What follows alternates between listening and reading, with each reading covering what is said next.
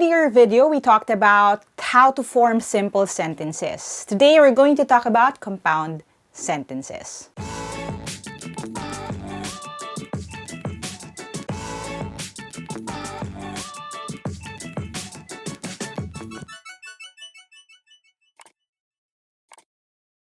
Hi there! Thank you for checking out my channel. Thank you for clicking on this video. If this is the first video that you're watching from my channel, I make educational and motivational content. So if you don't want to miss any of my new uploads, don't forget to subscribe and hit that bell icon. Now, like I said in the intro kanina, we're going to talk about compound sentences sa video na ito. Ano ba yung structure ng mga compound sentence and how can you combine simple sentences to form compound sentences? What makes a full compound sentences para hindi siya nag-error as a fragment? Ano yung mga kailangan natin gawin? Words that we can use? Yun ang pag-uusapan natin ngayon. But before we do that, just a quick little plug. If you want to help support this channel and our cause to democratize education in the Philippines, one way for you to do that is to be a channel member. Everyone na nasa comment section or nakikita nyo sa live chat who have yung ating logo, yung Team Lyqa logo sa tabi ng name nila, those are our channel members. And I'm really grateful for all of them kasi they're helping us fund etong ginagawa natin dito sa Team Lyqa. All of the equipment that we need, how to hire din yung mga other employees that we need to build this team, at tapusin yung mga upcoming na mga projects natin. So, please thank them whenever you see them. And if you want to be part of that elite group and get the perks, like that special badge and yung mga emojis natin, at iba pa, including special shout-outs and video greetings, you can find out more about channel membership if you click on the I button right here if you're watching this on YouTube. And that's it muna for now. Now that we have that out of the way, I'm going to switch over to my PC so I can explain this better sa inyo. I'll see you in a bit. Okay, so today we're going to talk about compound sentences. Again, hindi lang ito yung structure ng sentence. Actually, we have 4. Una yung simple sentences which we discussed in an earlier video na. So if you haven't seen that yet, ilink ko na lang din sa I button. Tapos, yung compound sentences, which is what we're going to talk about today. Tapos yung dalawa pang iba ay yung complex sentences at compound complex sentences, which we will talk about sa susunod kasi medyo mas komplikado na sila. Okay? But before we do that, a quick recap lang of yung structure ng simple sentence. Now, why does this matter? Kasi pag-uusapan natin mamaya yung independent clauses, which are main components of a compound structure na sentence. Now, simulan natin dun sa subject. Okay? Ang kadalasan, and usually it also follows itong arrangement na to, it starts off with the subject. Plus, dadagdagan mo siya ng verb or yung action ng sentence. Tapos, yung direct object, which is yung tigatanggap naman ng action. For example, if I write a sentence like, I eat cookies, again, very simple sentence ito, you can see na yung I, ang subject, siya ang gumawa nung action ng pagkain ng cookies. And then, yung cookies naman ang tigatanggap nung action kasi sila yung kinain. Okay? So again, subject, verb, tas direct object. Now, another way of looking at it would be yung subject ang tigagawa, yung verb ang ginagawa, and then yung direct object naman ang tigatanggap nung action. Okay? Now, ito naman yung structure ng compound sentence. Okay? We have an independent clause plus a semicolon or coordinator plus another independent clause. Now, isa-isahin natin kung ano ibig sabihin nitong mga to. Looking at the independent clause, anong ibig sabihin yan? Pag sinabi natin na independent, ibig sabihin hindi siya nakaasa sa kahit ano. Okay? Parang pag sinasabi rin natin na yung isang person is independent, di ba? Uy, independent na siya. Ibig sabihin, nakatira siya mag-isa, hindi siya humingi ng pera sa parents niya, meron siyang sariling trabaho. Yun yung tinatawag natin na independent. Ibig sabihin, basically, kaya niyang mag-isa. So, yung independent clause, kung tutuusin, again, this is a very simplified explanation, para na siyang sarili niyang simple sentence. Okay? So, it's basically parang isang simple sentence plus another simple sentence. Pero hindi mo lang siya basta ipagdudugtong. Dapat, you use a semicolon or a coordinator. Now, doon muna tayo sa semicolon. We discussed this na rin before. Ang semicolon looks like this, no? Yan. So, not to be mistaken for the colon. And again, kung hindi nyo pa napapanood yung video, ililink ko na lang din dito sa taas. Diniscuss na natin kung paano yan gamitin. And it's isa nga ito sa mga gamit niya. Pag pinagdudugtong mo yung dalawang independent clause. Now, ano naman yung coordinator? Now, a bit of a rule din dito, no? Hindi a bit of a rule. It's an actual rule. When you're joining two independent clauses and you're going to use a coordinator, nalagyan mo rin siya ng comma before the coordinator. Okay? So, comma, and then one of these words. Madali rin siya tandaan kasi meron siyang acronym, fanboys, okay, for, and, nor, but, or, yet, and, so. Okay? So, pipili ka ng isa dyan, tapos, yun yung ipandudugtong mo dun sa dalawang independent clause. However, a bit of a warning, kailangan tama yung mapipili natin na ganyan. We will talk about yung fanboys in a later video na rin. Hihimayin natin kung paano pumili ng tamang coordinator. Pero again, in this video, ang pag-uusapan lang natin is yung compound sentence structure. Okay? Now, if you look at yung mga problem points pagdating sa pagbuo ng compound sentences, merong dalawang nagre-rise sa surface. Number one, ang unang problema is if the two clauses are independent clauses. Yung iba kasi, mukha siyang independent clause, pero hindi pala, kulang pala siya. So, how do you fix that? And I'll show you later. At yung pangalawang problem point would be, which coordinator should you use? See, again, yung for, and, nor, but, or, yet, and so can mean different things. For example, if you use the coordinator na but, ang ibig sabihin niya ay kabaliktaran nung nauunang clause yung karugtong. For example, di ba in the Bible, it says, for the wages of sin is death. So that is a negative statement. Tapos, may kasunod siya na, but the gift of God is eternal life, which is a positive statement. So again, if you're starting off with something bad, pag nilagyan mo ng but, ang exception is something positive. Kung puro positive naman ang sinabi mo, tapos nagsabi ka ng but, ang susunod mo sasabihin is negative. So, kunyari, pag sinabi na, oh, you're smart, but you're but you're inconsiderate, or something like that. So, yung you're smart is a compliment, you're inconsiderate is a negative thing, it's separated by a but. Okay? Yung and naman, ibig sabihin, tumudugtong siya dun sa feeling ng sentence. So, kapag sinabi ko na you're smart and considerate, so parehong positive yon. Okay? So, again, these are little things that you need to think about. Okay? Now, yung nor, may negative din siya na connotation, hindi katulad ng or. Okay? Tapos yung for, parang sa purpose naman siya, parang because. Okay?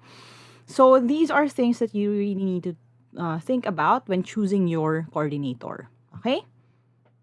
Now, a quick exercise para I can showcase yung ibig sabihin ko dito would be this. We are going to correct these sentences. Now, first one, sabi dito, Haley is a gentle dog and very protective. Now, if you see right here, nilagyan niya ng comma, tsaka ng end. Okay?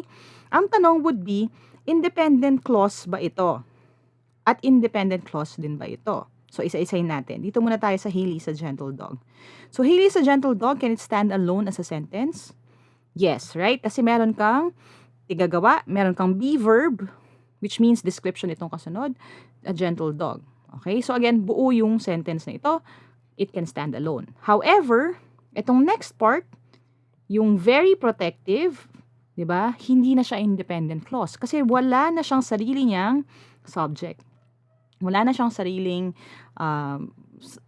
parang patutungkulan kung sino yung protective.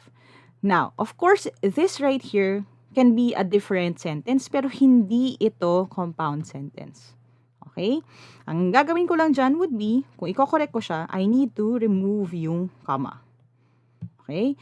Haley's a gentle dog and very protective. Pero, this is not a compound sentence. Okay?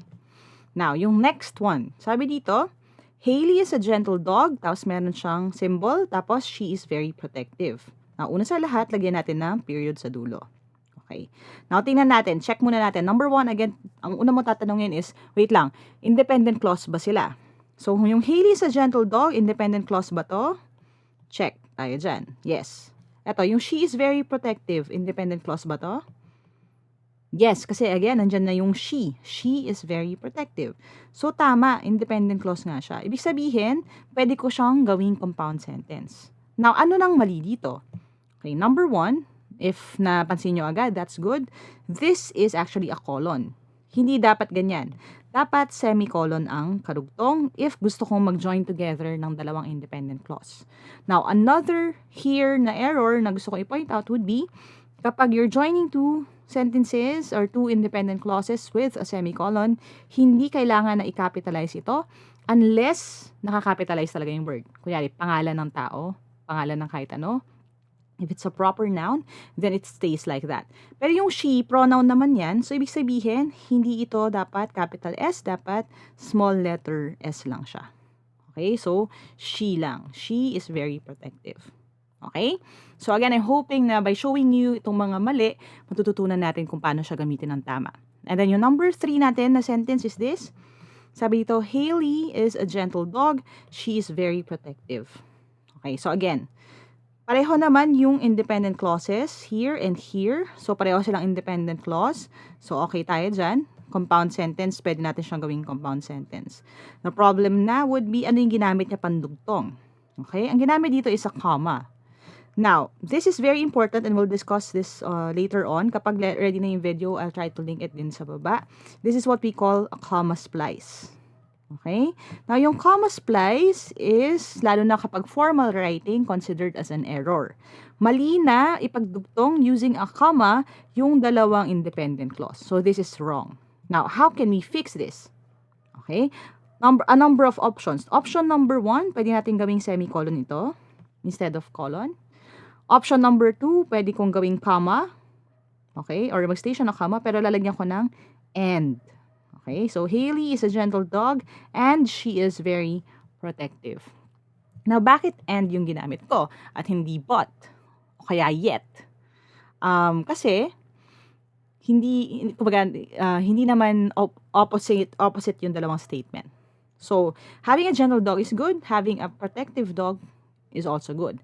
However, okay, if ang gusto ko i-convey or gusto ko sabihin, and again, ang intent is very important when constructing sentences, kung ang gusto ko sabihin is, gentle siya, pero very protective, as in, kinakagat niya yung mga tao na lumalapit sa akin ng walang paalam, then ang gagamitin ko would be but. Okay? But she is very protective. Or kung ang sasabihin ko, but she can be very protective. Kasi in that case, ang ibig sabihin ko na, or ang gusto ko i-portray, is that hindi lang niya ako iniingatan, medyo may onting hint ng pagiging aggressive. So, beware of her pag bigla niyo ako nalapitan. Something like that. So, again, always think about that when choosing your bridge or your word, yung isa sa mga fanboys na idudugtong ninyo. Dapat saktong-sakto siya sa gusto mong sabihin. Okay? Now, it's time for your quick quiz. So, it's a fairly short lesson, but I hope nakuha nyo lahat ng mga tips na yon. Kasi the challenge here would be, I will give you a paragraph and I want you to spot kung ano yung mga error. Try to revise them. And again, there are multiple ways of revising them. So, pag-uusapan lang natin which ones are compound sentences, alin yung kailangan pagsamahin, paghiwalayin, or i-rephrase. And if you're ready with your pen and paper, your timer starts now.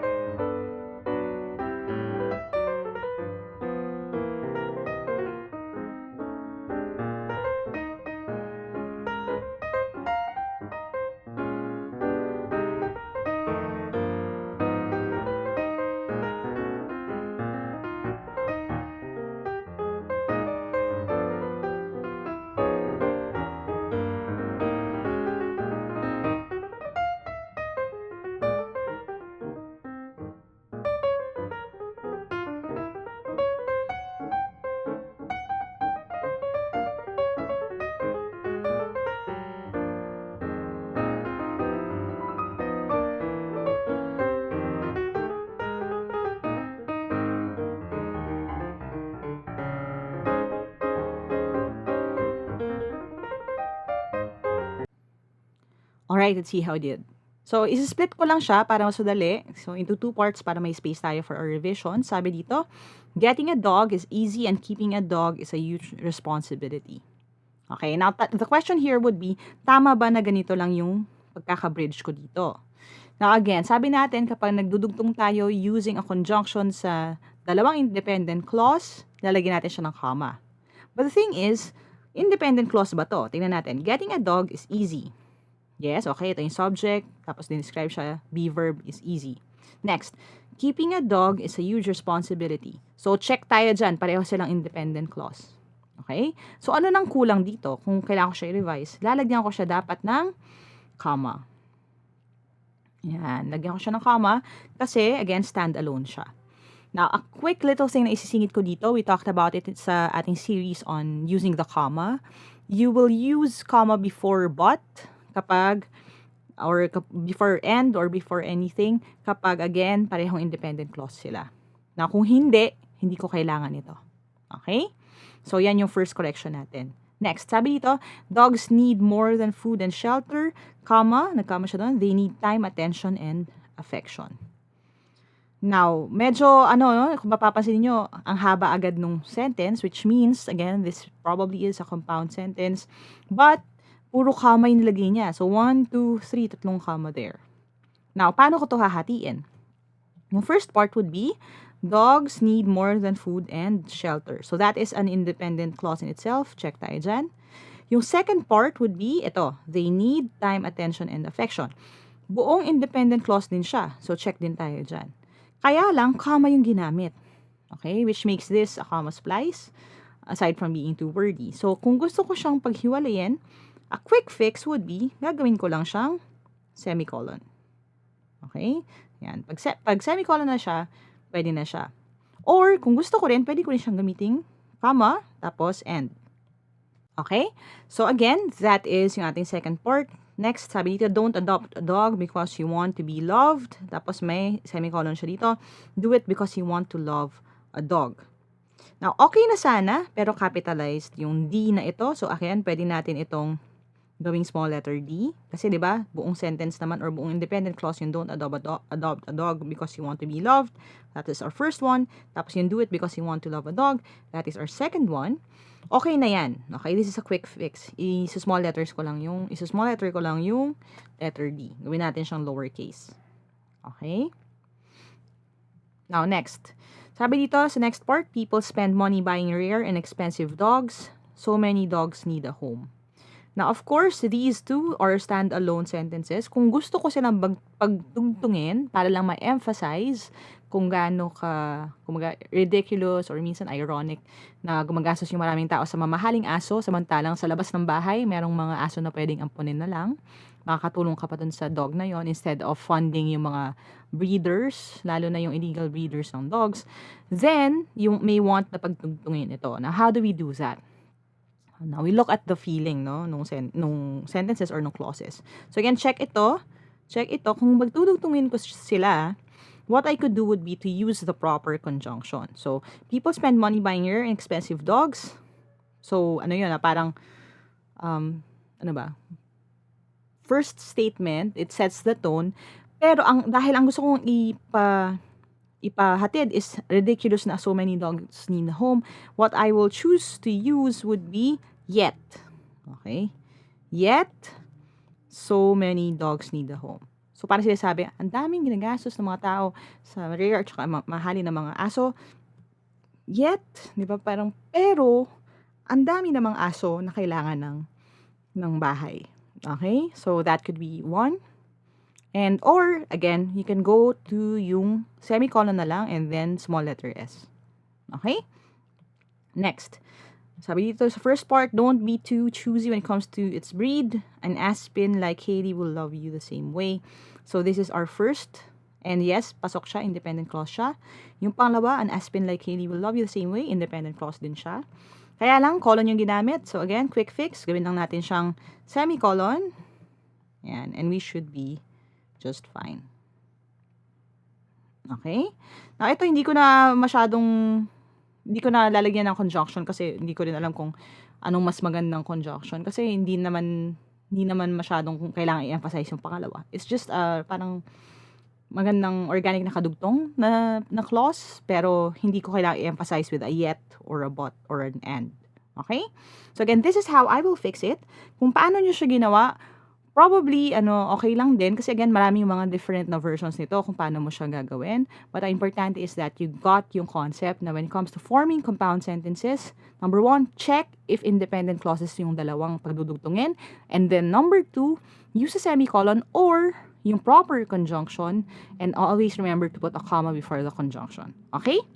Now, if you want more, don't forget to check out our Instagram account. You can follow me at Lyqa Maravilla to check out yung mga quick quizzes natin that we post on my story sa Instagram. And of course, at Team Lyqa din on Instagram for the throwback quizzes. Marami na tayong mga pinopost din na updates sa mga ganap at sa mga announcements na importante. And of course, if you're on TikTok, you can follow me at Team Lyqa for the educational videos, math and English videos sa TikTok, and yung at Lyqa Maravilla naman for the motivational videos, tips, advice, at kung ano pang mas personal stuff. Okay? See you guys online. Alright, I hope you learned something today. If you did, click thumbs up. Make sure that you share this video with your friends and mag-exam din sila. Dati yung marami tayong matutulungan. And as always, if you want to reach out to me directly, get the reviewers that I made, join the online or live review events, or find out kung ano yung mga susunod nating mga webinars, events, appearances, at marami pang mga announcements including free worksheets for the team, you can go to www.facebook.com/teamlyqa. Thank you so much for watching. As we always say sa channel na to, never stop learning. Adja, kaya niyo yan. I'll see you on my next video and bye for now.